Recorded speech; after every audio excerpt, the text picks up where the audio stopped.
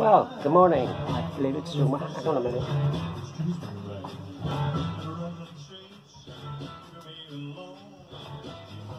I'll turn down Elvis there a minute. Well, good morning. Quarter past 12, so good afternoon. I see my clock in the image there, and it's back to front. That's why I say quarter to. It's quarter past 12, so good afternoon. Dapol windmill kit. I'm just here cutting the flash off the bits before I go and give it a scrub over with some tooth powder and then give it some primer. But I have noticed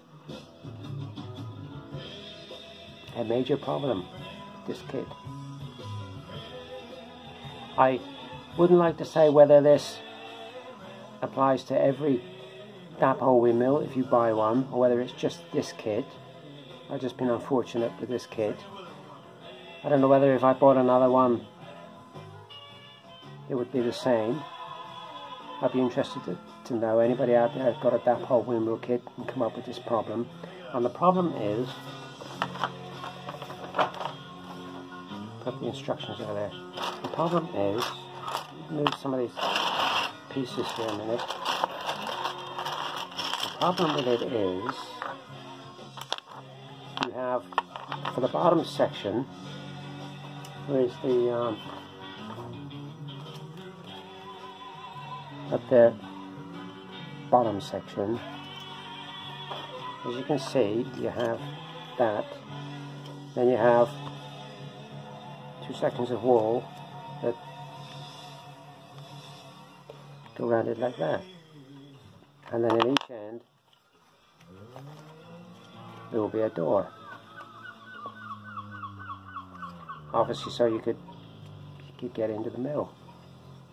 But our second section of wall, look at the end. Look at the end. So it's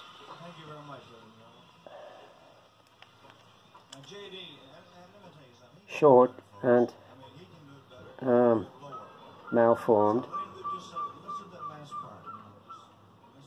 So what I'm going to have to do, get rid of that curved edge.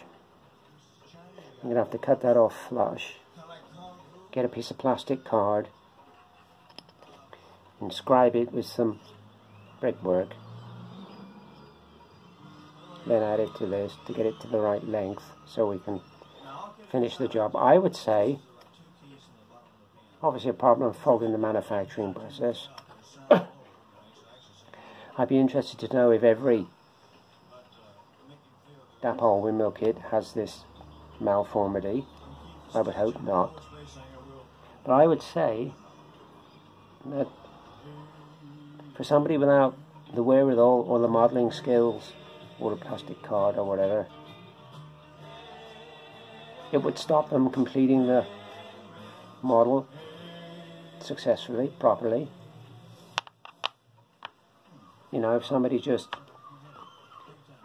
bought the windmill kit, some paint and some glue, and was just hoping just to whack the thing together, and they found that, could be a real problem for them. So that's a nuisance. But I can do it. You know, it's no problem.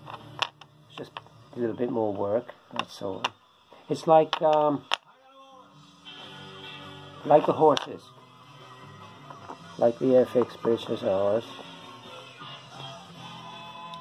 The horses are only connected to the stand via 2 legs, which means they do all that business, as I told you before. So you can build up under a 3rd leg, which I've done here, you can see there. I've built up under that 3rd leg there. And it's no problem to do it. It's just more work. So anyway, that's what we're going to do. We're going to crack on with this windmill kit.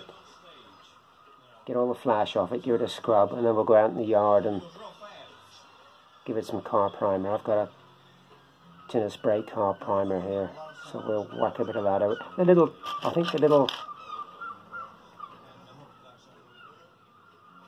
small bits here, it's no problem. We can prime them with some brush on primer, that's no problem. But the big bits, like that, and sort of that, we'll give it some spray primer. So that's what I'm going to do. I'm going to crack on with this, turn the music back up, get on with it. Once we got it actually primed, I mean, it's no real big deal to do this. It's quite a simple kit. It's just that deformity that's a nuisance. It crosses my mind, actually, so I'm rambling now, but it crosses my mind to buy another one of these kits just to see whether it gets the same deformity. Okay, yeah. As always, thanks for watching. Thanks for subscribing. See you when we got some primer on our bits.